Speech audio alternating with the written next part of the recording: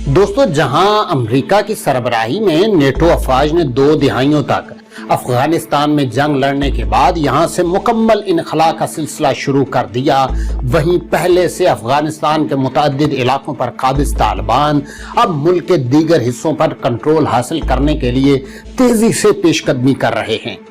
गुज़िश्ता चंद हफ्तों में तालिबान ने अफगानिस्तान के जनूबी और मशरकी सूबों पर हमले तेज कर दिए हैं और अब तक मुल्क के 34 में से 20 सूबों के दारुल हुकूमतों पर तालिबान के मुकम्मल कब्जे का खदशा है।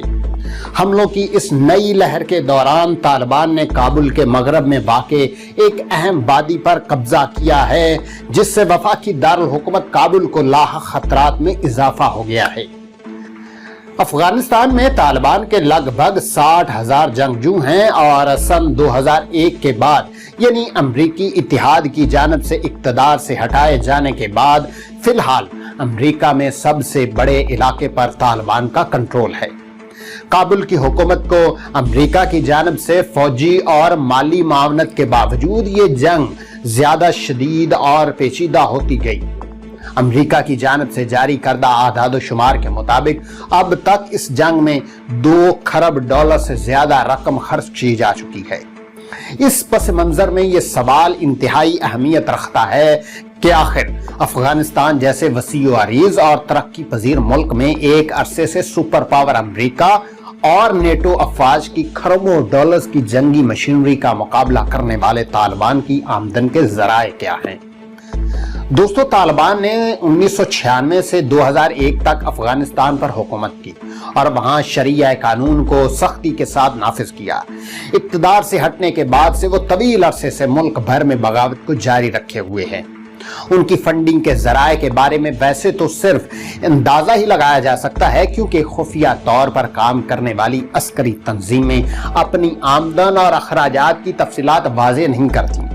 ताहम अफगानिस्तान के अंदर और मुल्क से बाहर उनसे उनके पेचीदा माली नेटवर्क और टैक्स के निजाम का अंदाजा होता है, जिसके जरिए वो अपनी बगावत को जारी रखे हुए हैं। 2020 में सिक्योरिटी काउंसिल की जानिब से शाया की गई रिपोर्ट के मुताबिक उसके रुकन और दीगर ममालिक की जानिब से लगाए गए अंदाजों के मुताबिक तालिबान की मजमूई सालाना आमदन $30 करोड़ से $1.5 अरब तक है। हुक्काम ने 2019 में तालिबान की आमदन में कमी के हवाले से इत्तलात दी थी। ताहम उनके मुताबिक तालिबान अपने वसाइल को बहुत एहतियात और मौसर अंदाज में इस्तेमाल करते हैं और उन्हें उस वक्त किसी बहरान का सामना नहीं है। आमदन में कमी की एक वजह पोस्त की काश और उससे आने वाली आमदन में कमी भी है। ताहम साथ ही इमदाद और तरक्याती मंसूबों के लिए मिलने वाली रकम में भी कमी वाक़ हुई है और इंतजामी मंसूबों में इजाफा हुआ है। रिपोर्ट के मुताबिक तालिबान की जानिब से अपनी आमदन बढ़ाने के लिए सड़कों पर टोल टैक्स बढ़ाया गया है, जो मुल्क के शुमाली हिस्से में उनकी ताकत में इजाफे की वजह से है। ज़कात और उशर की मद में भी अवाम से रकूम हासिल की जाती हैं, खासकर तालिबान के ज़ेरे इंतजाम शहरी इलाकों में। गुज़िश्ता 2 दहाइयों से अफगानिस्तान और अमरीकी हुकूमतों ने इन नेटवर्क्स पर लगाम डालने की कोशिश की है। अमरीकी फौज मंशियात तैयार करने वाले कारखानों पर बमबारी भी करती रही, लेकिन उसका कोई खातिर खा फायदा नहीं हुआ। बहरहाल तालिबान की आमदन के जराए मंशियात की तिजारत के अलावा भी हैं। 2012 में अक़वाम मुत्तहिदा ने इस आम तसव्वुर के खिलाफ खबरदार किया कि अफगानिस्तान में पोस्त की मईशत तालिबान की आमदन का अहम तरीन जरिया है।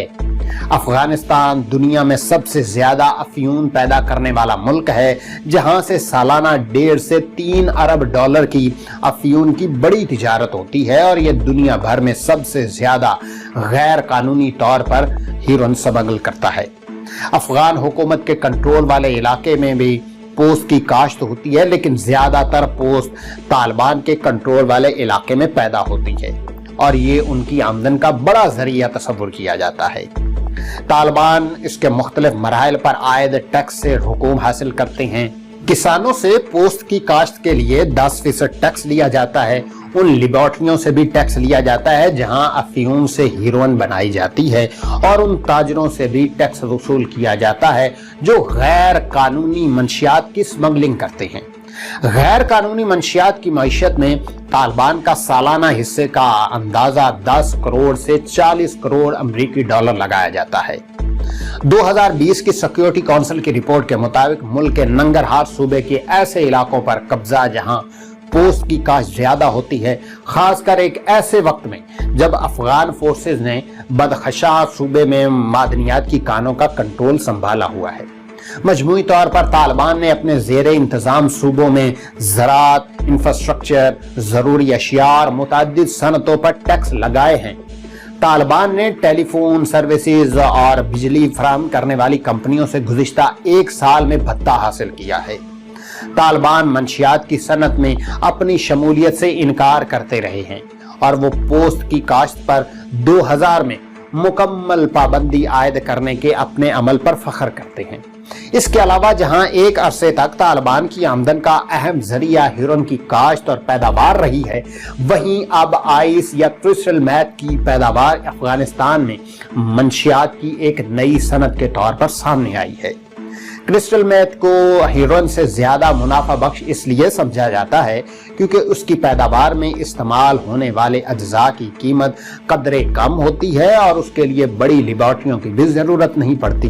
سیکیورٹی کونسل کی رپورٹ کے مطابق طالبان کے کرسٹل میتھ کی 60% لیبارٹریوں کا کنٹرول ہے، جن میں سے زیادہ تر صوبہ فرا اور نمروز میں ہیں۔ اس کی پیداوار میں استعمال ہونے والے اجزاء میں سے سب سے اہم ایفیڈرین ہے، جسے اس سے قبل درآمد کیا جاتا تھا، تاہم اب اس کے پودے افغانستان میں ہی کاشت کیا جا رہا ہے۔ اقوام متحدہ کے دفتر برائے منشیات اور جرائم کے مطابق کرسٹل میتھ کی سمگلنگ میں بھی اضافہ دیکھنے میں آ رہا ہے۔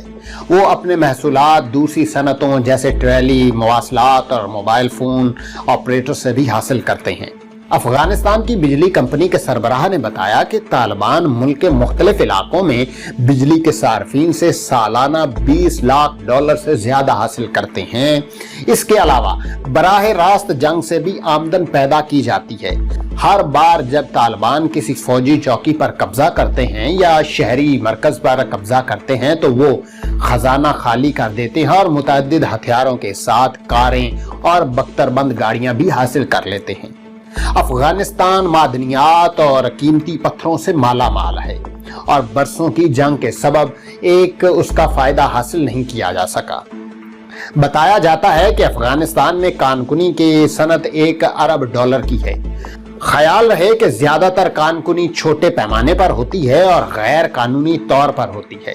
طالبان کے زیر انتظام ایسے علاقے جہاں قانونی اور غیر قانونی طور پر کانکنی ہوتی ہے، طالبان کی جانب سے وہاں سے بھی جبری وصولیاں کی جاتی ہیں۔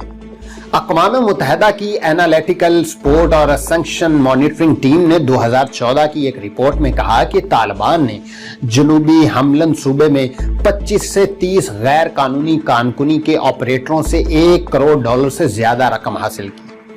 مشرقی ننگرہار صوبے میں طالبان کے آپریشن کے سرسری جائزے سے ان کے کام کرنے کے طریقے پر روشنی پڑتی ہے۔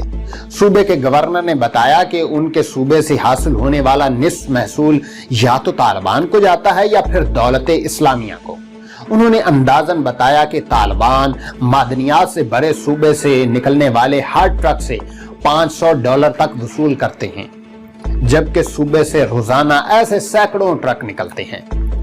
2020 کی سیکیورٹی کونسل کی رپورٹ کے مطابق ہلمند صوبے میں جائزہ ٹیم کے دورے کے دوران انہیں ایسی اطلاعات بھی موصول ہوئیں جن کے مطابق سلیمانی ماربلز، سونا، گرینائٹ، تانبا، ٹنزنگ اور دیگر نایاب معدنیات کی کانکنی بھی طالبان کے آمدن کا ایک ذریعہ بتایا جاتا ہے، جن پر باقاعدگی سے ٹیکس عائد کیا جاتا ہے۔ رپورٹ کے مطابق ضلع غارستان میں سونے کی کانکنی سے ماہانہ $2 لاکھ کمایا جاتا ہے۔ اس علاقے میں 100 سے زیادہ ایکسپورٹرز موجود ہیں جن سے طالبان انفرادی طور پر ہفتہ وار $300 سے $400 حاصل کرتے ہیں۔ طالبان مقامی تاجروں اور جن حکومتی اہلکاروں سے انہوں نے بات کی، ان کے مطابق طالبان ملک بھر میں کانکنی سے سالانہ $5 کروڑ سے زیادہ رقم محصول کے طور پر استعمال کرتے ہیں اور ان سے حاصل کرتے ہیں۔ کئی افغان اور امریکی اہلکار ایران، روس اور پاکستان سمیت علاقوں کی حکومتوں پر الزامات لگاتے ہیں، تاہم یہ ممالک اس کی مسلسل تردید کرتے رہے ہیں۔ सऊदी अरब, कतर और मुत्तहिदा अरब अमारात जैसे कई खलीजी ममालिक के शहरी तालिबान के इनफरादी हैसियत में माली इमदाद करने वालों में शामिल हैं। हर चंद के उसका तखमीना मुश्किल है, लेकिन फंडिंग के ये जराए भी तालिबान के ज़खायर में खातर खा रकम डालते हैं और माहिरीन और हुक्काम के मुताबिक ये सालाना 50 करोड़ डॉलर तक हो सकते हैं। तालिबान की आमदन का अंदाजा कुछ इस तरह से था जो अब हमने आपको बताया।